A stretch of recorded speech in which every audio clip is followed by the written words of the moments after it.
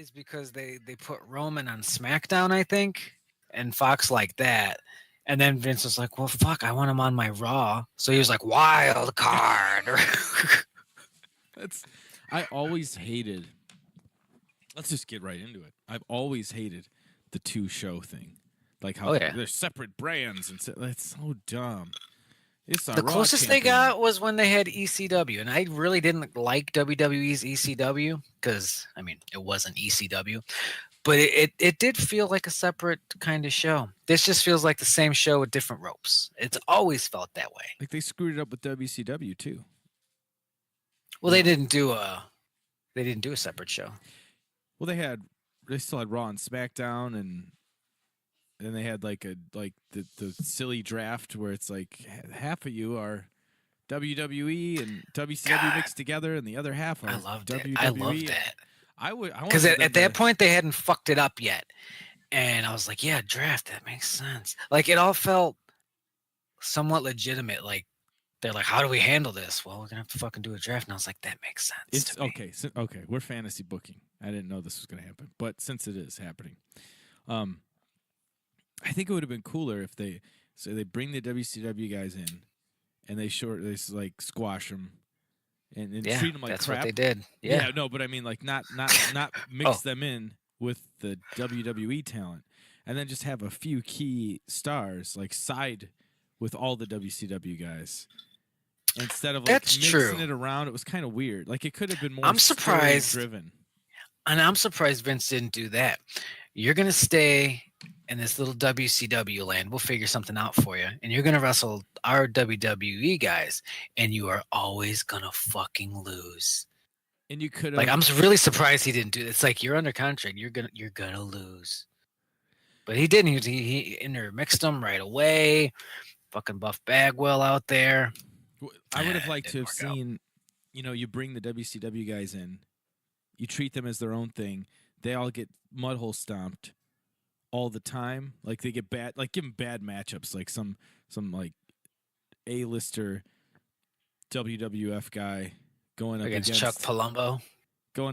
like Kidman, like some cruiserweight that just where looks like a mismatch if it were an actual fight, and they're getting squashed and destroyed. But then the WCW guys, like heels and faces, sort of have to band together, and like the reluctant teammate Yeah. trope. An enemy of my enemy. Right, I get you. and I'm then you with get you. a couple of like a Stone Cold. You get like a couple key superstars to side with, like you just reignite the whole against Mr. McMahon thing, except it's Yep. all of WWE. But he would, Yeah, they'd have to, the old WCW guys, if you spend any time there, like Austin did, and a lot of folks did. that requires you to put over all of WCW in your story, and that was not going to happen. Like they're Well, too short-sighted to do it that way. So like we're but gonna build that's them up as we're gonna make our company the heel because Mr. McMahon runs our company, and he is just a heel, so it makes sense. But then maybe you get some of the WWE guys like, I don't want to beat this crap out of this guy again. Like I feel bad for them. Like screw Mr. McMahon. Then you get that whole Stone Cold angle all over again. You just light that fire all over again, and it feels brand new. And then you make a ton of money. Instead, you make DDP stalk Undertaker's wife. yeah, that's what they did. And they made Canyon dress up like a fucking drag I queen. forgot all They'd about that. have the Undertaker beat the shit out of him because he's gay. Well, that part's not funny. No. It's just Undertaker's weird. on Raw tonight. I can't wait to see him again. What's he gonna look like this time? How old and decrepit is he gonna be? How are his hips gonna act on the way down the ramp? These are what people are wondering. Is he gonna have a wig? What do we got? Is he gonna be shirtless? Is he gonna have like the strappy doos? Bring back the American Badass. That's what everybody wants, right? Yeah, oh, definitely. Everyone And I wants- never was for that, but And American Grandpa, yeah, give me that. Kid Rock is such a scumbag. It just was a perfect mix of making everybody hate the Undertaker. Like, how do we make everybody hate him? Let's get Kid Rock doing the It theme did. song. I mean, I think the audiences liked it. I think mean, the general audience smart did. fans, Right. I we think didn't people know, that I didn't really care. aren't a fan of Kid Rock and that whole. But that is like that went Yeah, over like gangbusters. I'm That's sure it did. Most the of the perfect country. perfect marriage, WWF and a Kid Rock. Right in the Mwah. breadbasket of America. You know, Vince loved that shit. He loved him some Kid Rock. Just loved it. Uncle Cracker. I need a look at him. or so Uncle Cracker. Uncle Cracker. Yeah, I've been on a wrestling kick because you know how YouTube will just send you a little. I think you're probably watching this next, right? I don't remember how it happened, but I'll tell you how this happened. You told me about a wrestler, and I've been spreading the word to people that are only like sort of casually wrestling fans. But Orange Cassidy. Orange Cassidy. I was crying my eyes out watching his match, and I knew there was going to be a catch because you're like, just wait till you're like, did you see the actual wrestling part? I'm like, I didn't get there yet. And you're like, why don't you get there? He's got a unique in-ring style, and I was dying. I was crying, laughing, and I sent it to a bunch of people, and they also enjoyed it. But did you see the Battle Royal with the Tommy Dreamer spot? Yeah, that's what's got Orange Cassidy super popular. Because a lot of people, heard of him here and there, and maybe you saw a GIF. But AEW, he's fucking exploded since then. Because that was when most people got their first glimpse of Orange Cassidy. And yeah, I love that spot. How did Jim Cornette live? Because he watched it. I haven't listened to his AEW pay-per-view review, so I know he's watched it. I don't know how he's still with us, and his head didn't explode. Normally when he says something controversial, I'll hear about it. Like Jim Cornette goes hard on whatever the fuck, Dick Wrestler, Joey Ryan. But I didn't say anything about him being displeased with Orange Cassidy. And he hasn't. He doesn't seem too sour on the whole thing because before it happened, he was like, let's just wait and see. He's like, I'm not one of these people that thinks it's going to be a failure and they have no chance and it's going to be awful. Like, but I'm not. But some people are calling it the second coming. It hasn't even happened yet.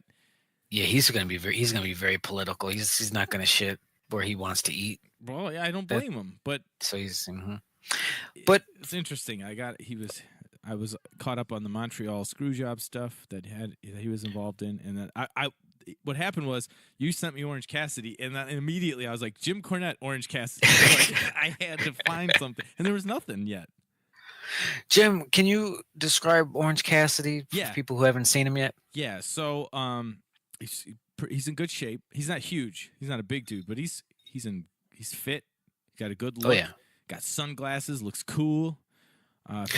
Looks cute. He's got pants with pockets in them because his hands are in his pockets, and then they stay there for the entire match. And there'll be a little tiny brief window where maybe he'll do like a crucifix or something. Like he'll do a spot. But most of his spots are just like, when I say lazy, they're like beyond, like you have to go out of your way to be this slow and lazy and like soft. You have to see it because the way I describe it, whatever you're picturing, it's not enough. You have to just see it. But the crowd gets into it like they're doing chops, but the chops are sort of like just touching each other's chests. But the crowd is like, oh, woo, woo. And they're like wooing for these like non-chops. And they're like, he'll do these series of kicks where he does a kick and a kick and a kick. And then he steps back for the last one. But he very slowly walks away, very slowly walks back and does the last kick. And they do the, the last one. So the crowd gets into it, and then he loses. Yeah, he's gonna lose. He's gonna lose quite a bit. Yeah, he's like a wrestler. He's a wrestler. I don't even know if he's done promos. Probably, but he's a wrestler that doesn't seem. Yeah, but like he doesn't seem to care or want to be there. He seems like somebody that was like forced to be a professional wrestler. He's been described as the sloth of wrestling. Yeah, that's a good one. Now, I don't know if you've seen him do a splash from the top rope, but I have not. But he essentially just falls. Yeah, please, everybody listening right now, and thank Dale, but everybody listening, go check out some Orange Cassidy clips, and it'll make your day better. No, even if And, your stance is like you don't like that, you like an honest sort of wrestling performance or whatever. Like as far as comedy wrestling goes, it's up there. It's like some of the funniest stuff I've ever seen in a wrestling ring. and like what I love is he'll have these flurries. Like here's the point we'll be tired of this shit. And it's like now we're gonna have wrestling match. And he's very good. He can go in the ring. He was in Chikara, he was a fire ant. So he was one of those ants. So he can go. But he does a suicide dive with his hands in his pockets. Do you know how fucking dangerous that They're is? always in his pockets. It's all in his pockets. And he did. He'll do like. I watched this match. It was like a 20-minute match, an indie match. I don't remember the guy who was wrestling. He had a goofy looking mask on, and I feel like it was like a Lego looking mask with a surprise face or something. This guy had a weird luchador mask. Yeah. But the Gentleman wrestling, Jarvis. the guy cinches up on a side headlock and he sells it with his legs. You know, like you do, like you see them like sort of move around and like kick their leg up in the air behind them. But his hands are still in his pockets the whole time. And then when Tommy Dreamer like laid into him and he took that bump, like he took a real bump, then he kips up with his hands in his pockets. Yeah. Super athletic. It's hilarious and impressive at the same time. Yeah, it's really funny. And another little wrestling story. I was at this event. There were a few thousand people there. National anthem. This girl singing the national anthem. And in a very quick succession, national anthem, it just instantly. I've been sort of in a wrestling mode. I told you I was listening to Jim Cornette and the Orange Cassidy stuff and all that. So I'm in a wrestling state of mind, and so the national anthem leads me to Hulk Hogan immediately, and then in the middle of the national anthem, in this giant room of people, everyone's had their hands on their hearts. All I can think of is Hulk Hogan saying the cruiserweights can cruiserweight, brother, like over and over in my head, and I have to actually physically choke back laughter during the national anthem. Man. Yeah. So yeah, a lot of people have to choke back laughter for other reasons, but yours was wrestling related. It was, but there's something about that moment because it's like a dad joke that's not really funny, but he probably thinks it's pretty funny. But it's not supposed to be too funny. It's supposed to be rude. Yeah. But it's just on every front of the joke, it makes me laugh even harder. Like it doesn't sound cool. It's not funny, but it is funny. He probably thought it was really clever. It's a strange bit of wordplay that you never get from Hulk Hogan in 85 years of his life. No, that's what's weird about it. That's why it stands out. Can cruiserweight, brother. It's like somebody said it backstage. He was just like, "I'm going to use that." Like Scott Hall's like, "Hey Hulk, you should say this. It'll be really funny." And then him and Nash just laughed about it. The cruiserweights can cruiserweight, brother. Oh my God! During the national anthem, and I was like, "Oh God, don't lose it now." Oh man, wrestling.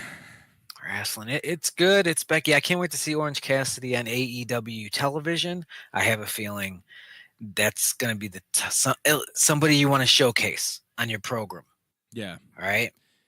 Yeah. Because you're going to have a lot of great wrestlers, but you do need to have, we have this person who stands out for whatever reason. We have this person who stands out. Orange Cassidy is one of those folks. So I want to see him on TV. I want to see him on the first episode. Business. I want to see him on the first fucking episode. So, Jim, I ran a 5K yesterday, which was nice. I got first place. I didn't. Good. I didn't. I don't know why I said that. Good job. But it was though. It was at a golf course, and during part of it, there's a track around it, and we did that a lot. But there were stretches that would go through the grass, and I was like, well, that's not ideal. Mm-mm. Don't like that. Oh, what are we, little kids? We got these nice shoes. I'm sure, like, I'm not a competitive runner, but I'm sure if I was a competitive runner, I'd be upset because that's going to slow you down. You got to run through the fucking grass Yeah, and look, for, what if there's for a a little goddamn divot in couple there or a blocks. hole or something? Yeah, that would Yeah. make me mad. I wouldn't like that. That would piss me off. But it was at this the golf course. It was at Odyssey Golf Mm-hmm. Foundation. And so I'm running, slowly. And I'm looking around and I'm like, this is nice. This is beautiful. I should get into golf. I should get into golf. It's really expensive. Like It's you got into manageable. shooting. You got into shooting. This is like getting into shooting again. I Uh-huh. found it to be manageable. I did. I found it to be manageable. So I went through this little golf kick. I was like, yeah, new hobby. I love finding a new hobby, especially something that's fun. There's drinking involved. There's a very light bit of exercise, so I can say I'm exercising. There's skill. There's gambling. I was like, this could be great. This is Oh could be yeah. great for me. Go back to the clubhouse and have some brewskis. Exactly. Network, make some connections. With these rich idiots who don't know what's going on. Have a couple movies made through them. I'm thinking big time right away. Right. So today I go to the driving range. I was just like, all right. I watched some YouTube videos. I'm a professional now. Let's Right. let's go to the range, whack some of these balls. So I go, and it was embarrassing. Now, luckily, there weren't many people there. There's like one other guy, and I was just like, he can judge me. I don't give a fuck. But it was hard. It was harder than I thought. It hurt my forearms. My forearm muscles were so sore. After still sore now, actually. When I was playing Overwatch, I was like, why does this hurt? Oh, because I did golf. I Right. tried to do golf today. So I don't know. I don't know if this is. Try it. I don't know if this one's gonna stick. I like the idea of golf, It's but hard. I don't. It's hard. I've been to a driving range before, and what happens is I just default to baseball swing, and that doesn't work. It mechanically, I'm like, this doesn't. You sure this is right? This is how I'm supposed to do it. Doesn't feel good. They're like, no, yeah, that's you just got to do it more and get better at it. Now it also didn't happen that it helped that I'm left-handed and the guy had all right-handed clubs. That made it even worse. But Well, I'd fucking imagine so. yeah, because like here's what I do left-handed. Anything that involves some sort of any sort of sporting thing that where I gotta have my like two hands on something, like a golf club or a baseball bat or a hockey stick, all of those things, I just default to left-handed grip.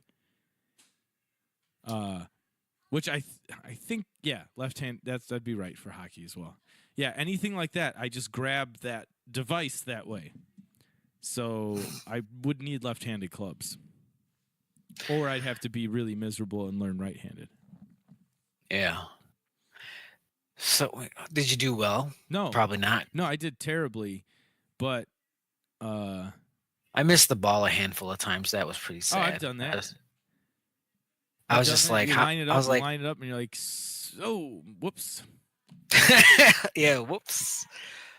A lot of whoops. And I'm used to I don't mini know, golf, right? You're like right on top of the ball when you're putting, but when you got a driver, it's like 4 feet away from you. Like you're holding it out, like you're hitting the ball with this big stick with a little. Like you're knob trying to on you. poke a fucking dead body, and you Right. don't want to get too close. You're like, how am I gonna hit? Are you sure I'm gonna hit this? It's pretty far away. So yeah, I don't know. I'm trying to find some activities out there for me. What was it like going to the driving range? Did you have the people that were like, "Hey, buddy, no, you need to do this," or did they just sort of let you be bad? Well, I purposely went to a place that I knew wasn't going to be busy because they have like batting cages, mini golf, and the driving range. And I was just like, yeah, it's 2 p.m. I was like, I'm gonna be fine. So there was literally one employee, and he was just like, yeah, here's how to get your bucket of balls. Here's a club. Please bring the club back, sir. Please bring that club back. And that was it. And I went to the driving range, and I was just like, all right, there's a weird little gully here for some balls. I'm going to put the balls in there for some reason. That seems like the right thing to do. Here's a hole for the bucket. This is all making a lot of sense for me. Let's do that. And then I put it on the little rubber tee, and I just started thwacking. So Whiffs, a couple some whiffs. you don't remember all of 5th grade, so I don't know if you'll remember this. Do you remember that Dalton Avenue had a driving range? There were baseball fields where Dalton boys, not Dalton Riverdale Little League, where Dalton boys played. It was like 142nd Street, like north of where we lived. And there was they ended up putting basketball courts in there. Oh yeah, There used to be a of driving range course. there. Oh, of course. Do you know how many times I drove past that? Well, I didn't drive. We drove past that as a family. Yeah, Fucking Christ! Like I forgot about it until right now. You're talking about I, driving I ranges. I forgot about that too. I That was went- probably a really shitty one. But that's kind of what it was like. Like it wasn't one of these ones Yeah. that's like 3 levels of doom, cage match. I went there once with my uncle and we hit balls, and he's left-handed, so he had left-handed clubs. You And guys. that was fun as a little kid. But I was little, so like it was probably just fun. Yeah. I mean, I was thinking, all right, golf. I like the idea of the game. You drive, you got your mid range, then you do some putter stuff. I was like, that'll be fun. That's fun. You can wrap your head around that. So I was like, all right, let me start with the driving, then I'll do the other stuff, and I'll have a package together. Then I'll do for real golf. And day one, I was like, I can't do the first thing. Yeah. So Yeah, it always seemed just too complicated. And there's too many people I know. I had to work at too many golf courses when I worked on like computer, like point of sale systems and stuff. There's just too many people there where I'm like, I hate you. This right away. Some dumb old drunk guy, like, I want you to go away. I'm tired of you. Calling everybody toots and sweetie and like, can you go away? But yeah, the clientele can be. I like a nice, well manicured golf course. It always looks pretty. It's very pretty. People have weddings there. I was looking up one of these country clubs, and I was like, look at this wedding they're having on hole 8. I'm sure she loved it. Yeah, probably. Sure, that's what she wanted when she was a little girl. Yeah. So yeah, looking for that activity for this spring and summer. I'm starting to eyeball tennis, but I don't know anybody that plays tennis. I know where I can play tennis, but you need that opponent besides the wall. Yeah, I got this on the wall. Because where my basketball spot is, they got a wall. Yeah, I do. I remember going to play there, and someone's playing tennis, and I just want them to leave. Right. So I'm going to be that person now. Oh, man. All right. That's rough. You either die a hero or you live long enough to play tennis in your mid-30s. Yep. That's what they say. It's not the sport that I need, but it's the one they don't deserve that I need right now. It's the one that gets me out of the house, away from Alfred and his judgmental attitude. I've been Batman for 4 minutes, and I'm all beat up and I can't walk. I know I'm not supposed to be Bruce Wayne, but I missed the club. I want to play tennis right now. Is that okay? I'm still a rich boy. You're a rich boy and you're gone too far. Speaking of rich boys, James Cameron. Oh, yeah. He's a rich boy. We were talking about Terminator Dark Territory last week. We went pretty hard in the paint on it, and we wondered where it was in the timeline of things. Is that what it is? Dark Territory? No. It's not like that's still the Under Siege one. Fateful Resurrection. What's it called? Dark Resurrection. Fateful Salvation. Dark Fate. Oh. Symphony of Nope. Oh Jesus! I'm not doing a bit. Yeah. I for real can't remember it. I do remember it. Oh, tell me because I don't know. Terminator Dark Fate. I think that is. That sounds wrong. That's not it. No, that one sounds wrong. No, it's hey God. It's Terminator Fate Territory. Not Terminator. It's Dark Fate. It sure is. Sorry, yeah. Now I wasn't even messing around and got it wrong a bunch of times, and then legit couldn't remember it when it came time to talk about it. So that's probably a bad sign for me or the movie, but at least for one of us. Yeah. So we wondered where it was going to be in the timeline, and it appears, according to James Cameron, that this is a direct sequel to Terminator 2. Oh, so interesting. Now, how direct? Like Halloween 2018 direct, but there's like a lot of time. It looks Okay. like there's been some time passing here. Um, yeah, and apparently the plot's been leaked as well. Interesting. I'll Yeah. give them the benefit of the doubt, and I'll wait for the second trailer like I originally said I would. I'm not going to look at the leaked plot. I'm going to. Yeah, I'm not going to talk about it. I'm just going to say that I read it, and I'm probably not going to see this movie. Oh, okay. I'll have to go read it then. I'll have to read it because, you know what? I'll wait for the second trailer. Yeah, Make my and decision, then read it. then read it. Yeah.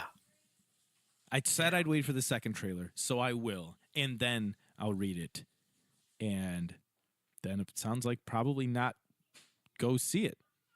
Which I mean, I don't blame you for reading it. I don't blame you at all. Oh no, I couldn't read it fast enough. But that's now, is that something you would have done with Halloween? Absolutely not. Okay, but Absolutely you're not. Well, one, I talking don't track have records. I don't have the love of this franchise that some people do.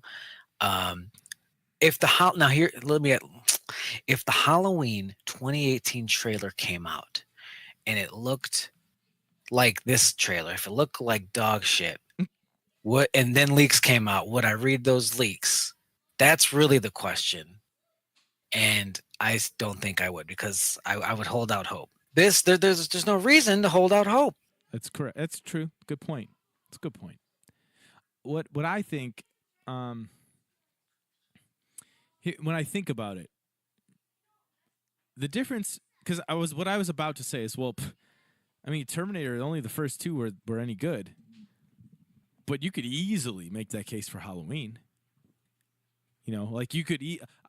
I enjoyed all of them, is what I was thinking of, right? Like I love Halloween 3. I love Halloween 4. As bad, as dumb as that mask looks, all that stuff. I love it. I've seen it 100 times.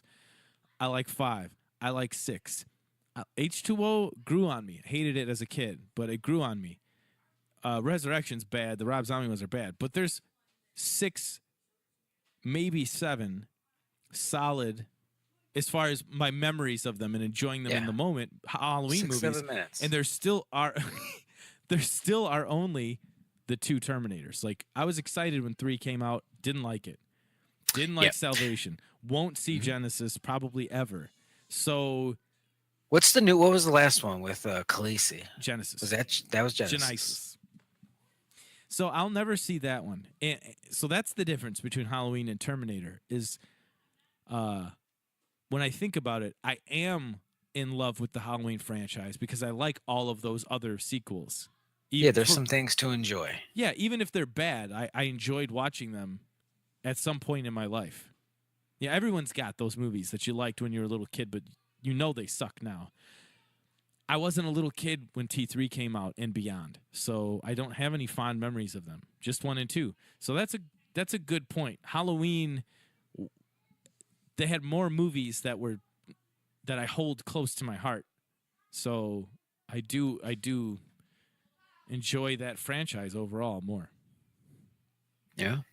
So and man, and there's just too, when you think about it and you think like, well, the Rob Zombie one sucked and like the other ones were bad.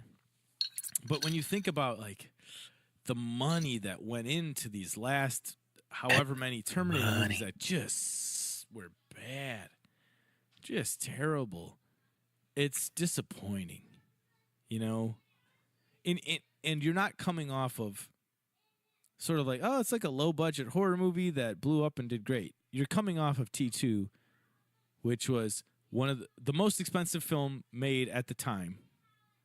At the time it was filmed, it had the biggest budget, but made a lot of money and is a classic. And you got to follow that up. Halloween 2018 only had to follow up Rob Zombie's Halloweens. So like, lucky. Yeah, so T3 was like, yeah, it's going to be like 2, but even 1 better. Mm-hmm. Good luck. Mm-hmm. Couldn't do it. It's just, I'm looking at some of the spoilers here from the leak plot, and it's bumming me out. I'll give this way. This is not a story spoiler at all, But according to this leaker, and there's a couple leakers, so it's nice that they corroborate or they're working together. It's all fucking work. Um, but the Brad Fidel theme, the classic Terminator theme, it's not in it. That makes me sad. What? Even Bryan Singer had the original Superman opening. Yeah, yes. Now they do have time to change that, but Yeah, still, but this isn't Sonic sad. the Hedgehog. This is James Cameron producing this movie. He ought to freaking know that's what people want. That should be in there. You don't make a movie franchise that has an iconic score and not put the iconic theme in it. It's like we have a new Jaws. No, that you're not gonna hear that. That's not No, we have a new one. Yeah. We have the rapper Logic on it. He's gonna. Did you listen to that? Really come By through. By the way, what? Well, let's talk. I don't think so. So Logic has a track out with Eminem on it. Okay. Oh, I know. You know what I'm talking about? I did, yes. Logic has a track out with Eminem that he raps more than Logic does on it, as you should if you're going to get him on one of your songs. Mm-hmm. And Eminem, he's still got it, man. But at the end, like the last minute of the song is Chris D'Elia's impression from his car on his phone. And they got Chris D'Elia's permission. He let them use the sample with no royalties. He's like, it would just be an honor for you to use this in a real Eminem song. Yes, of course you can use it. So that ends with him with the Poplanticans, all that stuff is at the end of this real song with Eminem rapping on it. And one of Eminem's last verses, he has a reference to it, or he repeats a line. I forget which one it is, but he essentially starts using some of the lyrics from the Chris D'Elia stuff, and I was like, it was a great song. Yeah, in the end, oh man, I put it on and I get to the end and then I just die laughing. Yeah. Did anybody put you on that? Hey, yeah, of course, you need to listen to Dave. Dave, yeah, 100%. I believe it. In the Porsche with the floorboards. Oh god, his impression and the words he picks to try and rhyme is the part that makes me cry. But you brought up Logic, and I had to mention that. If you guys haven't checked that out, let's look. I think if you just go on Spotify, look for Logic's newest song. I'm pretty sure that's it. Yeah, it's worth it. It's worth it. Please listen. So this past week, HBO released the Deadwood movie. It finally happened. 1,200 years in the making. I think it's been 10, but. The Deadwood movie, Jim. You never watched Deadwood, right? I didn't, but I know a lot of people that did. It's such a great show. It's just an amazing show. You keep saying the word show, show. You keep saying the word show. Oh, do I? Yeah. Oh, yeah. The Deadwood movie. And. I'll lead with this. Right now it's sitting at 94% on Rotten Tomatoes, and it's once again, it's one of those things like with the horror movies that do this, and I just feel like I'm taking crazy pills, where I'm like, how? Yeah. It has to be nostalgia. It has to be just like it was so nice to see all those characters again and see them old and sad like the Undertaker. Oh, it was great. Okay, yeah. We can't do these movies anymore. And I'm not just saying Deadwood, but these shows that have such a long list of characters. I think the first time I've experienced this movie years after the fact that turned out to be dog shit was Veronica Mars. And I was excited for it, just like I was excited for Deadwood. I was like, I love that show. I trust the minds behind it. A movie could be awesome. Veronica Mars movie wasn't awesome. Deadwood movie wasn't awesome. Because what they do is they have these rich characters and they have to be like, well, how the fuck do we get all of these people in to get their shit in 2 hours and tell a story and handle all this business? It's a recipe for disaster. It's hard to make it work. It sounds like here's what it sounds like they needed to go the Gilmore Girls route. because while I can't speak for like an outsider that wasn't into Gilmore Girls to begin with, I can come from the perspective of a big fan of the original show and then the big gap. Now, you brought up Veronica Mars. That was like the first, the fans just raised a bunch of money and they're like, okay, we'll do it. You know, it was a Kickstarter thing or something, right? Like Yeah. fans put a bunch of the money together, but it's like a, what, 90-minute, 2-hour movie. And the show had been on several seasons. And so that makes sense why that fell flat. But you sort of respect the hustle. If I'll steal a term from listener John, you got to respect the fans' hustle. You know, for getting that. Yeah. The fans got that Give it- movie made. Then Give it to them. in the Netflix era, you've got these things that come back as a show sometimes, like Wet Hot American Summer and Gilmore Girls. Now, Gilmore Girls was off the air for 10 years, I want to say. And they had a ton of characters too. They had a lot to cover.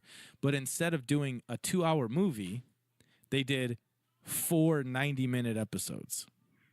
And they broke those 90-minute episodes up. So yeah, there were people where you're like, this person is not going to be in it a ton.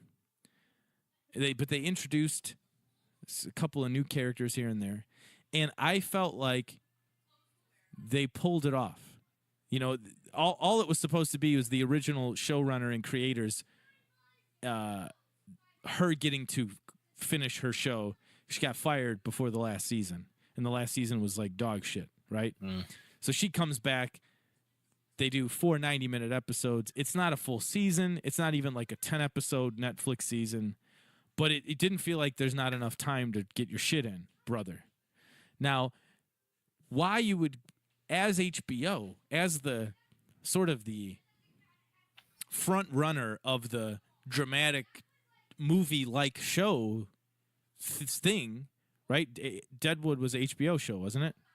Yeah. Yeah. How do you screw that up? Just do like a 4-episode season or something, you know?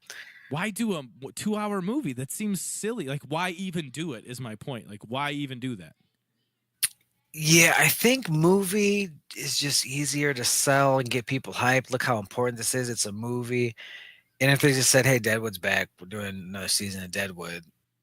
Like, I think they wanted to really get people into this one. And I think they believed their best bet was to do a movie. Now, I agree with you.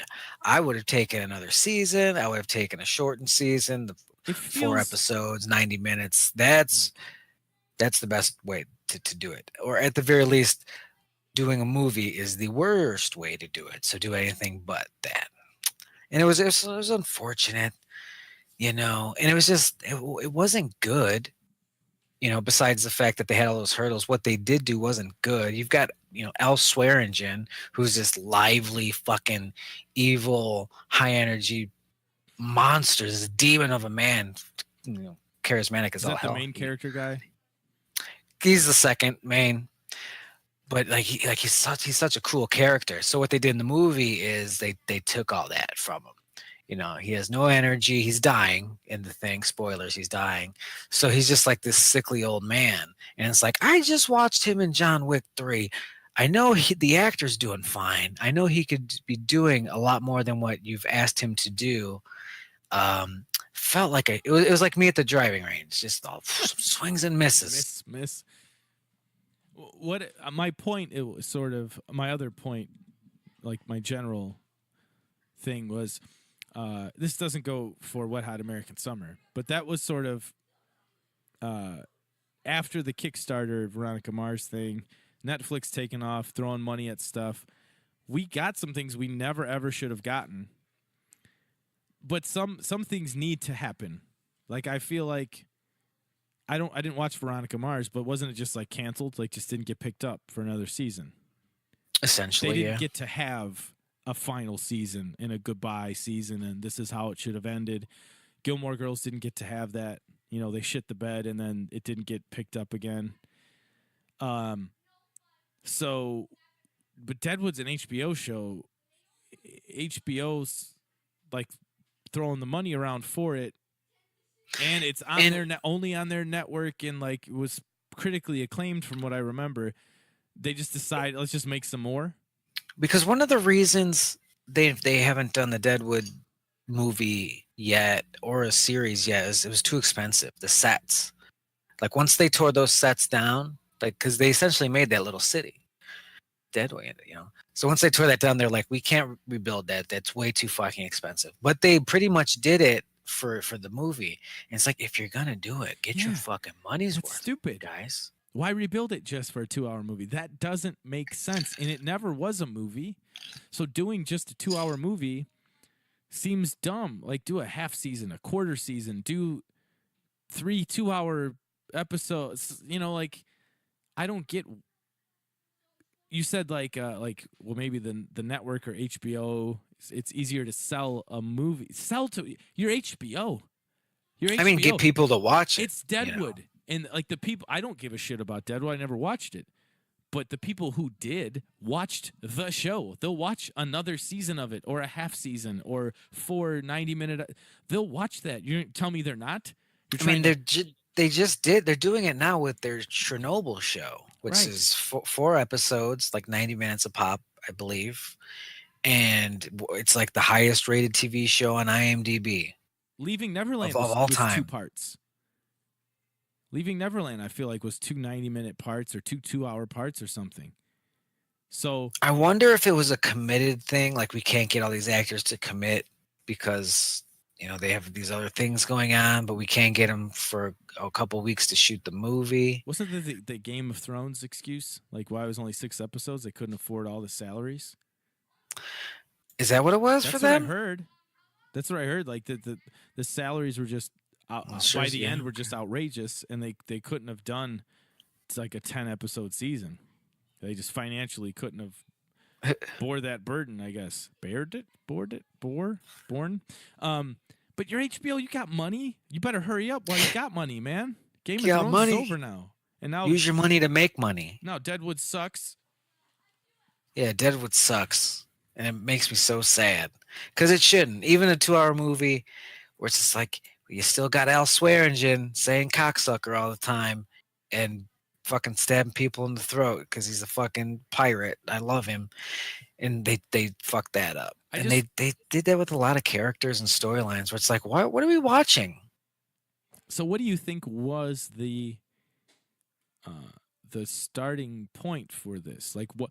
That's what I wanted to know. As someone in you've watched the original show. What do you think this was? Like, did it feel like they didn't get the ending they wanted? It'd be like if they came back and did a Sopranos 2-hour movie. Why they made it? You made a 90-hour movie already. Why are you making another 2-hour movie? I mean, they fans have always wanted it. There's always been an outcry for it. There's always been a market for it. And they finally, decided to do something about it. They just did it in the worst possible way. They talked about doing this for 24 for a long time. They talked about doing it for there was a little bit of talk, but I think just internet rumors now that you look back on it with all the facts. But when Smallville was on the air and there still hadn't been a Superman movie in 15 years, there was a talk that like, let's do 5 seasons of Smallville. He's out of high school. We goes to Metropolis, get the glasses and the cape and all that. We make that a theatrical release. And same thing with like 24. Like they were talking about Jack's gone in this one, and then we're talking about making a movie, a theatrical 2-hour movie, but like that's dumb.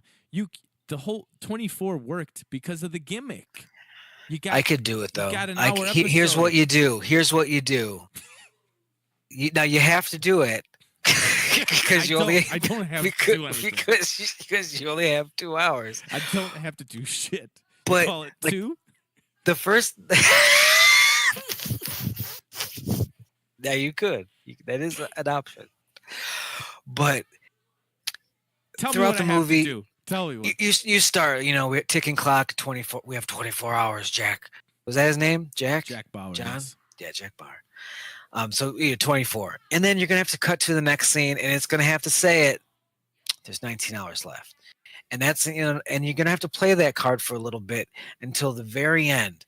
The last 30 minutes, maybe even the last hour, is gonna be a genuine in real time 60 minutes or 30 minutes. So yeah, we're going to kind of cheat you in the first half of the movie because we got to set some stuff up. We're going to tell you a bit of a story, but you're going to still get that 24 goodness without commercials, by the way, motherfuckers, Right. for the last hour. And you're going to be engrossed by that because those commercials, goddamn, you're watching this in real time show and they're like, oh, here's some toothpaste. Yeah. Yeah, dude. You're like, oh, I wonder how bad this is gonna end for these humans. And it's like, oh, Old Spice. Do. Like, yeah. Okay. Oh yeah, I forgot. I'm watching a TV show. And now But I remember. that would be my fix if they did a movie and if I had that fucking albatross. That's how I would deal with it. I get what you're saying, and I don't think that might even be a better idea than this. But like, what if you tail it off of a season? Like the last two hours of this season is a movie, and that's in real time and for real time. Like it's not. It would have to be a hell of a fucking season, Yeah, to warrant or you just movie do like a that. 24 movie where it's 2 hours of real time, but maybe you're just following Jack the entire time, like every scene, 2 solid hours of just everything he's doing for 2 hours. No cutting away to other scenes or anything. Whoa. But it would have to be something gimmicky like that, like you mentioned, or like I meant. You couldn't just do a regular movie. People want to see that the clock, man. I went to a friend's house and I noticed they have like a clock on their TV, and it's the 24 font, and every time it's popping up there, I just think, dude. So the clock is like the main character. The clock is a very important piece. You can't not have it. But they would have needed to do something like that. People were excited. They wanted to see Jack Bauer swear. I'm like, you're going to get something, but it ain't going to be R. They want to make money. He'd have a good fuck you. He'd have a good one. But what ended up happening is they realized how dumb that was and just brought him back for another season. Which it wasn't very good. Is that what happened? Yeah, I was gonna say. Yeah, so it was like I want to say it was like I love that show. Season 6, and then there was the writer's strike, the writer's strike, and then we were gonna maybe just do a movie anyway, blah blah blah, and then like season 7, it came out like 2 years after 6 or 3 years after. I think the last season I watched, like the first episode, he was living in like a trailer on like a sandy lot.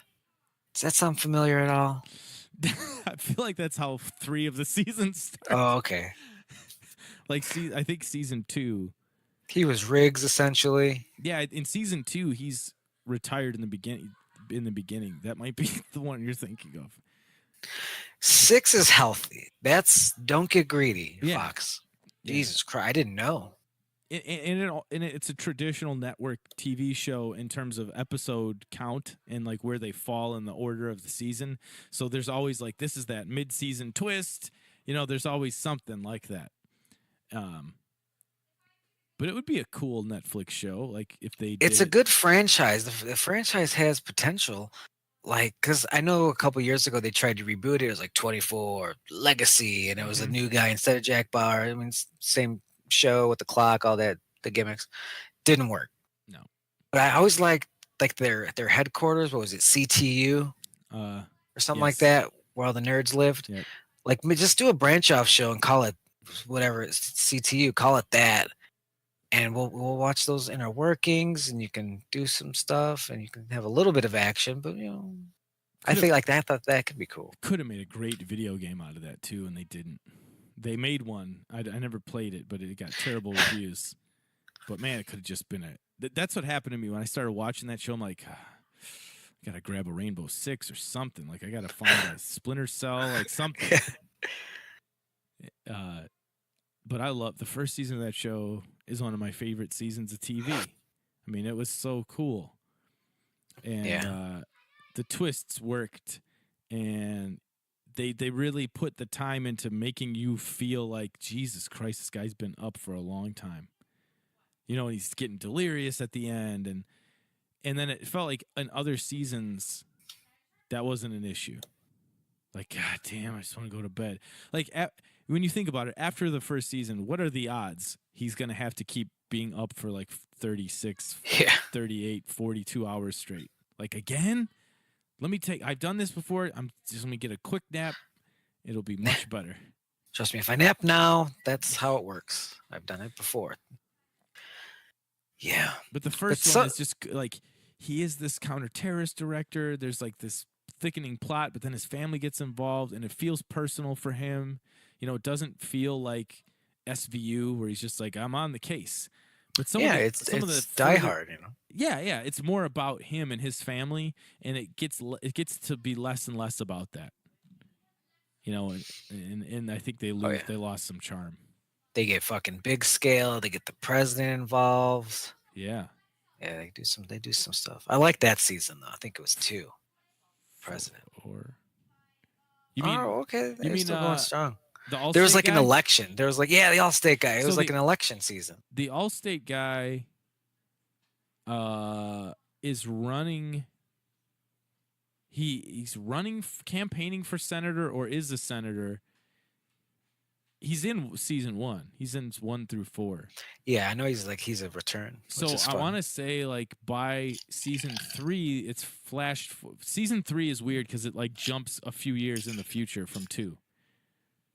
And that throws everything off by the time they get to 7. You're like, well, come on, we should have had Teslas by now in the show. But it's a few years in the future. He is the president, and then season 4, I think he's the president for that whole season, Palmer. And then in season 5, I won't spoil it in case someone's gonna go drudge it up, but that's Allstate stand. I bet there's the YouTube videos where it's like 24 season 1 in 8 minutes. Oh, No, I'll watch I those. bet I'll there watch is. that. That's a good guess. I think 24 was cool, man. It 24 was good. I think it lost some appeal because people were when it debuted. It started. I think it started right before 9/11 happened. Like the first season was that year, and I think it started then 9/11 happened, and then they embraced it. They didn't shy away from that like Middle Eastern terrorist thing. Because the first season was not about Middle Eastern terrorists. On Fox, you don't say. Yeah, and then they did not shy away from that, and they sort of took like a pretty hard stance about like, yeah, well, it's okay if Jack Bauer tortured. It was like a Khaleesi, it was like a Daenerys thing. Like, well, Jack Yeah, I Bauer's remember gotta that. torture them. They're bad guys. I remember Gotta that. stick a soldering iron in their face or whatever like crazy shit he would do. But A people lot like, of blog posts. they're like, what does this say about America? And it's sort of you're like, come on, you're taking all the fun out of it. But it was there was too much real life of that stuff going on, I think. You know, like if that show had come out in like 1992 when he's torturing terrorists, we'd be like, yeah, cool. But there was like, yeah, you know, we're actually doing this right now. And should we? Is that a good Is this idea? how you waterboard someone? Yeesh. So Guantanamo, do they have soldering irons there? I think that soured some people on it. Yeah, I remember there was some outrage. But not middle-aged white dudes, and that's mostly who Oh, watch no. that. They're like, you do you, Jack. America. Do it. So yeah, TV shows becoming movies. Sometimes it works. Psych, the USA show Psych, they do made for TV movies every now and then and they're great. Those are cool though. A made for TV episode type thing is neat. They would do that a lot in the 80s and 90s. Maybe not a lot in the 90s. But like the Incredible Hulk TV show, they had some like made for TV movies and they were really bad. But as for the audience, which was me, it's like a 5-year-old kid that loves the Hulk. It was like cool. Like every year, a couple of years. So Like, he's oh, back. there's another Hulk movie on tonight. Like, oh, that's cool. So that makes sense. Is it? Yeah. Are they on USA? Yeah. Characters Yep. welcome. Characters welcome. Okay. I was thinking the Shield. I don't know if you ever watched the show The Shield I did not. I've heard on really FX. good things about it. I think that could make a good movie. Because I mean, like those episodes, they had that movie feel, and while they used the season length very well, I don't think using the 2 hour window. I think you could do a lot with those characters in that world and tell a good, intense fucking police corruption story I'm not. with Vic Mackey. My problem is I feel like HBO and Netflix do such a good job with the shortened movie-esque seasons that I think people just overthink it. Like, just don't know, just do that. What's wrong with that? Just do that. That works better for this type. Like Stranger Things would. There's too much going on, Like I feel more complete. I feel like you get to tell a even better, richer story by having that extra time. Not 23 Yeah. episodes with commercials and like I love Supernatural. It's one of my all-time favorite shows. I love those characters and everything. But you can watch it and just feel the network showness of it. Like, okay, and then about this many episodes, something like this is going to happen. About this point in the episode, something like this has got to happen, and then we've got to wrap this up in 42 minutes. You just feel that part of it. So, what I'm saying is like HBO shows and Netflix shows don't seem to suffer from that.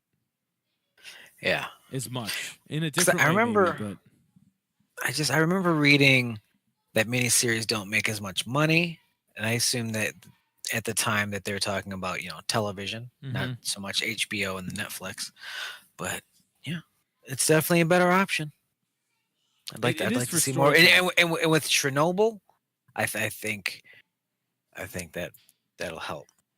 Yeah, I mean, there's people can. I mean, that's what they do in the UK all the time. The Sherlock, all those types of shows. That's a good point. It's like four full-length movies. Here you go, and see you in a couple of years. We'll do it again. Maybe they fund their arts more there. BBC, that's run by the government, basically. All the shows are on BBC, and BBC is not like a privately owned channel. So they probably just have more funds for the arts. Go figure.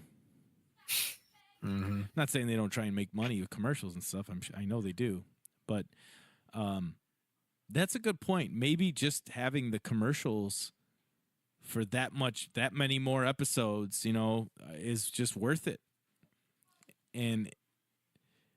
But I couldn't see that working on a subscription model. I would say that if you do a 23 episode series on HBO, you're losing dough.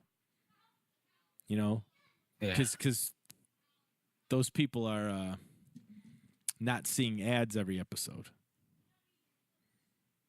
Well, apparently HBO has some sort of revolution, because every time I watch anything on HBO, that's the trailer that plays before every episode or movie. Like, it's essentially HBO. We're still here. Yeah, it's where there's revolution coming. We got Ballers.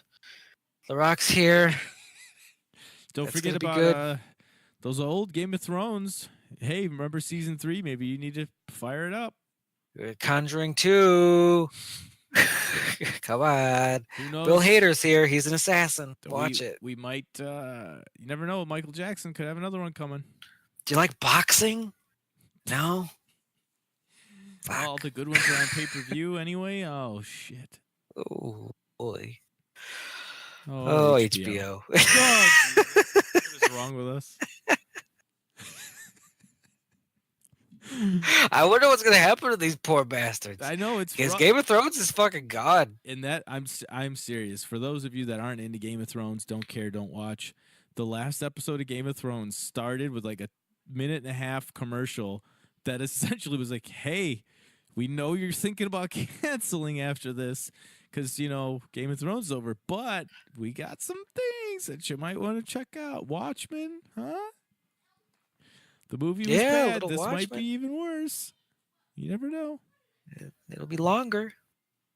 So there's that. And if it's in slow motion, like the entire Watchmen movie was. Oh, I don't want to open up that sack of worms.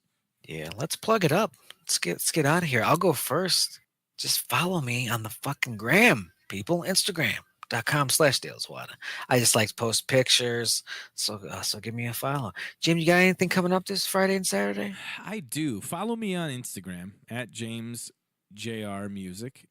Also, follow Dadbod on Facebook, facebook.com/DadbodLive. You can tag us at DadbodLive. Dadbod has 2 shows coming up. This Friday, June 7th, we're going to be at 18th Street Brewery in Miller, Indiana. And Saturday, June 8th, we're going to be back at our old stomping grounds, Hailstorm Brewery in Tinley Park. That's on Saturday, June 8th. Facebook.com/Dadbod. All right, yeah, go check out those shows. But this was episode 74. Thanks for listening. I'm Al Swearingen. And that's not good enough. Little Jack Bob reference. Oh, yeah, that went over my head.